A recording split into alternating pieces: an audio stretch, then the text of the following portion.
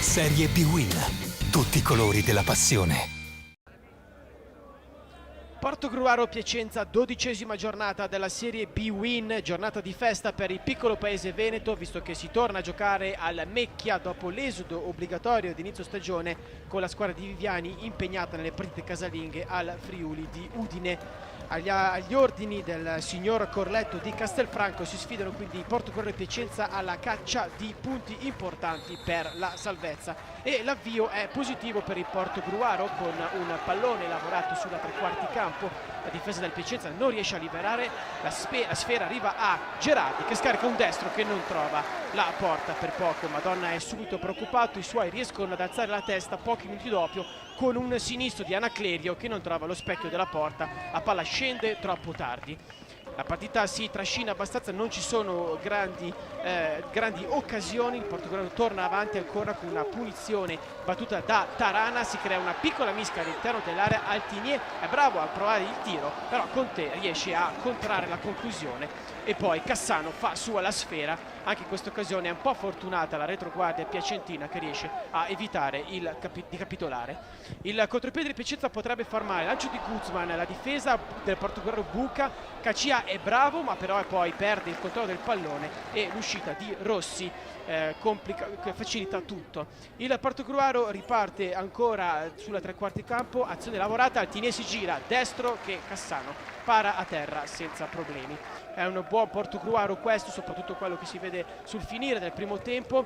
C'è ancora una bella azione manovrata sulla destra con Tarana che si fa vedere, controlla la palla, alza lo sguardo, trova Altinier che intuffo di testa, non trova la porta per pochi centimetri. È l'azione più bella, è l'azione migliore di questo primo tempo. Rivediamo ancora Tarana e il volo di Altinier, la porta è pochi centimetri sotto. L'ultima occasione è ancora del Portogruaro, prima del riposo Gerardi vola, batte in velocità May, sinistro che Cassano non controlla, e poi la difesa è brava ad anticipare Altinier che stava arrivando per depositare la palla in rete.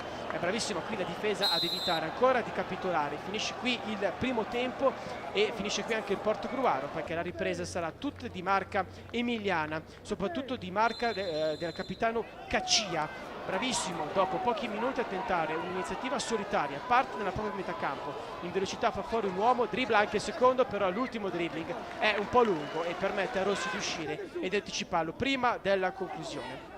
È sempre Cacia a farsi vedere, detta il passaggio, destro alto sulla traversa. Questa volta il Piacenza ancora vicino al gol, Cacia riesce a trovare in tempo lo spazio per calciare, non inquadra però la porta.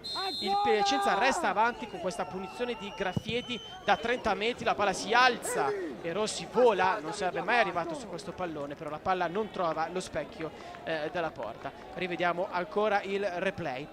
Ci sono delle proteste pochi minuti dopo perché c'è un intervento con il braccio in aria, Cacia prova a passare la palla a un compagno, Madaschi si frappone molto premente con un braccio, per l'arbitro è tutto regolare e quindi si prosegue. Cavalcata di Marchi, il cui destro poi non fa il solletico a Rossi che riesce a controllare, a far ripartire l'azione. L'ultima azione della partita è ancora firmata da Cacia che si infila bene, il destro però ancora è alto. Finisce qui quindi la partita, Portogruaro Piacenza 0-0, un punto importante per le due squadre che restano comunque ancora ancorati sul fondo della classifica.